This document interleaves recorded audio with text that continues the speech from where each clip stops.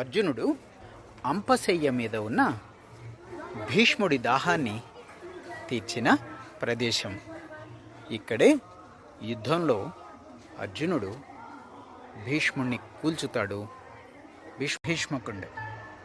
ఆ తర్వాత భీష్ముడి యొక్క దాహం తీర్చడం కోసం అర్జునుడు ఇక్కడ బాణం వేసి నీటిని తీసి పాతాళ గంగతో భీష్ముడి యొక్క దాహం తీర్చుతున్న చిత్రం.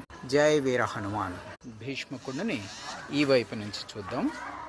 అర్జునుడు మరింత దగ్గరగా చూద్దాం. అర్జునుడు భీష్ముడి దాహాన్ని తీర్చడం. భీష్మ పితామహుడు అంపశయ్య మీద అర్జునుడు బాణం వేసి పాతాళ గంగని తీస్తే ఆ పాతాళ గంగ వచ్చి భీష్ముడి నోటిలో పడుతూ దాహం తీర్చుతుంది. ఈ పక్క నుంచి చూస్తే అర్జునుడిని కూడా పూర్తిగా చూడవచ్చు. భీష్మకుండ్. ఈ జలాన్ని అర్జునుడు పాతాళ గంగని ఇక్కడికి తీసుకుని వచ్చాడు.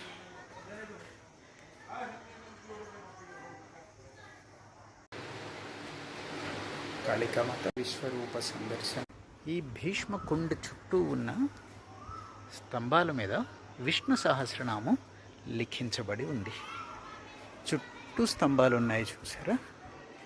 ప్రతి స్తంభం మీద విష్ణు సహస్రనామం లిఖించబడి ఉంది, చెక్కబడి ఉంది.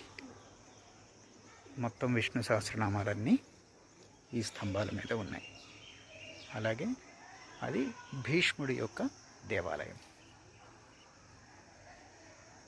ప్రతి స్తంభం మీద కూడా మనం శ్లోకాలు చూడవచ్చు. నుంచి చూద్దాం అర్జునుడిని, భీష్ముడిని. Arjuna quenching the thirst of Bhishma Sarovar. భీష్ముడి దేవాలయం వెనక వైపు నుంచి లోపలికి వెళ్ళి మళ్ళీ దర్శనం చేసుకుందాం. భీష్మకుండలోకి దిగడానికి మెట్లు ఈ పక్క నుంచి ఉన్నాయి. దిగి కాస్త నీళ్లు చల్లుకుందాం. భీష్మకుండ్ గంగే చ యమునే చైవ అనుకుంటూ నీళ్లు చల్లుకుందాం. మనం సుందరకాండ పఠనం చేస్తున్నాము కదా, సుందరుడున్నాడు ఇక్కడ, దర్శనం చేసుకుని వెళదాం. సుందరుడు. జై హనుమాన్. భీష్మకుండు చుట్టూ ఉన్న స్తంభాలు, ప్రతి స్తంభం మీద 2 శ్లోకాలు రాశారు. భీష్ముడి దేవాలయంలోకి వెళదాం ఇప్పుడు.